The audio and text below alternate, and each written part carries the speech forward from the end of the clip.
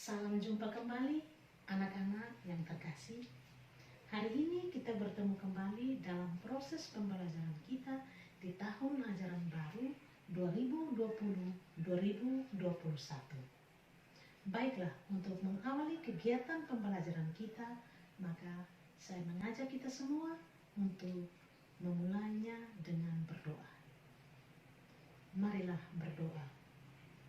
Dalam nama Bapa dan Putra dan Roh Kudus. Amin. Allah Bapa yang Maha Pengasih dan Penyayang, kami bersyukur dan berterima kasih atas rahmat kebaikan-Mu terhadap kami masing-masing. Pada kesempatan ini kami akan memulai proses pembelajaran kami. Kiranya Engkau selalu dan senantiasa menyertai kami, membuka hati dan akal budi kami, agar proses pembelajaran kami dapat berjalan dengan baik, lancar dan aman, dan kiranya apa yang kami pelajari bersama dapat bermanfaat bagi masa depan kami masing-masing.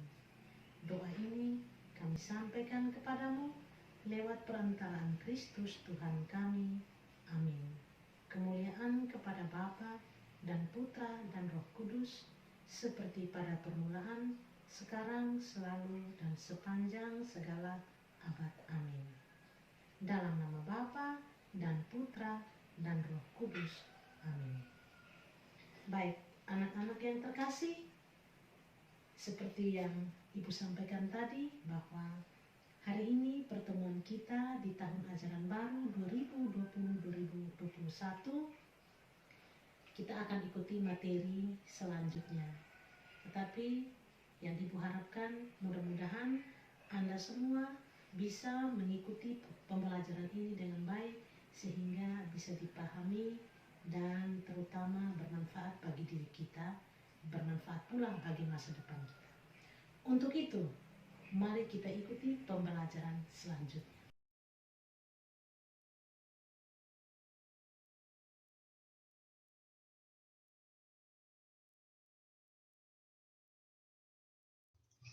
Materi pembelajaran kita hari ini adalah panggilan hidup berkeluarga. Panggilan hidup berkeluarga. Mari kita ikuti selanjutnya.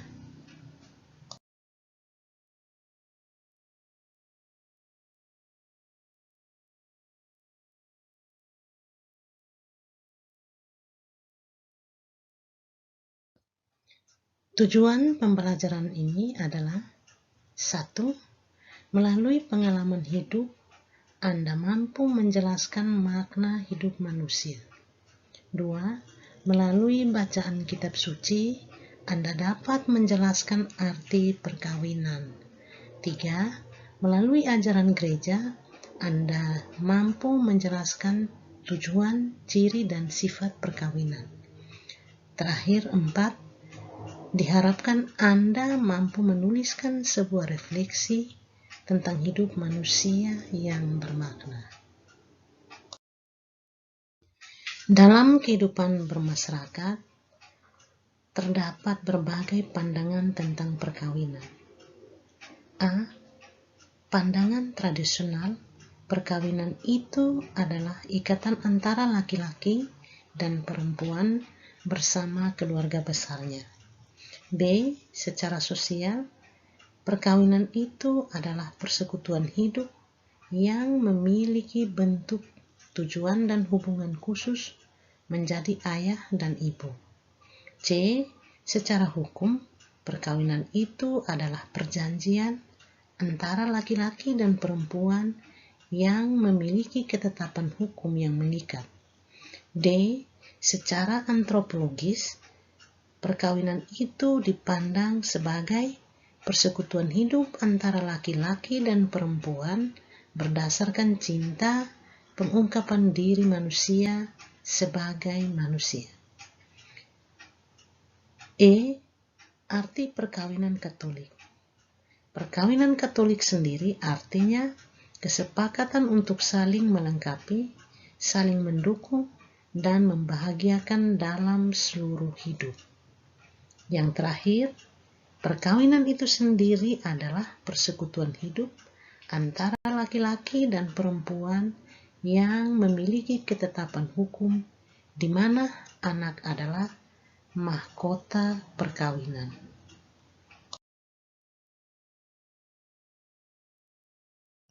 Mari kita mendalami pesan firman. Perkawinan menurut kitab suci, Perjanjian Lama ada pada kitab Kejadian, pasal 2 ayat 18 sampai 25. Sedangkan Perjanjian Baru ada pada Injil Markus, pasal 10 ayat 2 sampai 12. Dalam kitab suci Perjanjian Lama, Allah menciptakan laki-laki dan perempuan sebagai penolong yang sepadan untuk saling melengkapi, melayani sebagai suami istri. Mereka dapat membentuk kebersamaan hidup. Sedangkan dalam Perjanjian Baru, perkawinan itu merupakan ikatan perjanjian antara laki-laki dan perempuan sebagai suami istri. Itu tidak dapat diceraikan oleh manusia.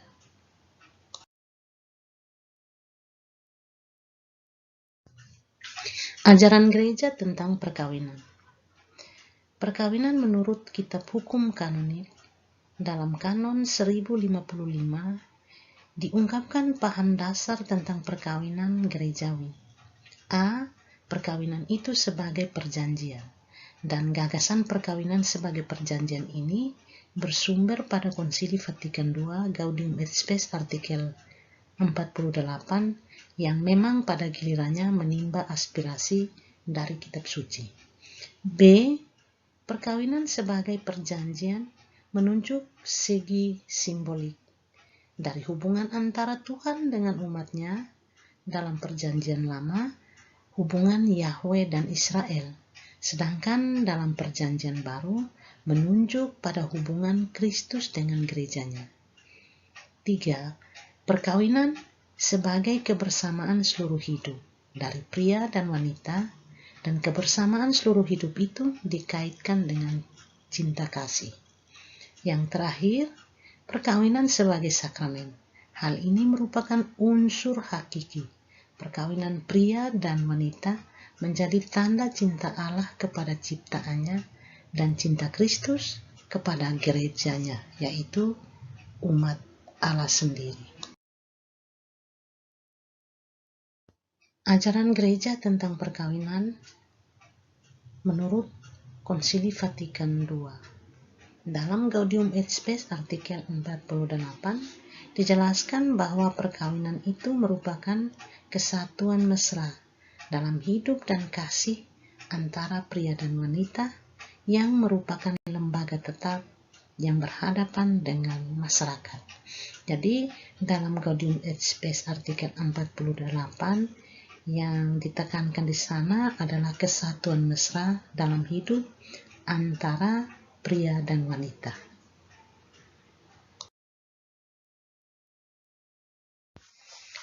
Tujuan, ciri, dan sifat perkawinan Katolik. Tujuan perkawinan adalah untuk saling mensejahterakan suami dan istri, mengamalkan cinta seluruh jiwa dan raga mereka. Ciri perkawinan Katolik ada 3. Pertama, untuk satu laki-laki saja dan hanya satu perempuan. 2. Setia dengan satu pasangan sampai akhir hayat, sebab apa yang telah disatukan oleh Allah tidak dapat diceraikan oleh manusia. 3. Ciri perkawinan Katolik itu sakramental, artinya perkawinan itu direstui oleh Allah sendiri dan Allah hadir di dalam keluarga tersebut. Sifat perkawinan Katolik ada 2. Yang pertama, monogami. Mono artinya satu. Jadi, monogami berarti hanya antara satu laki-laki dan satu perempuan. Sifat yang kedua adalah tak terceraikan. Artinya bahwa tetap setia pada pasangan sampai akhir hayat dan hanya maut yang dapat memisahkan. Sebagai tugas, Jelaskan berbagai pandangan tentang perkawinan.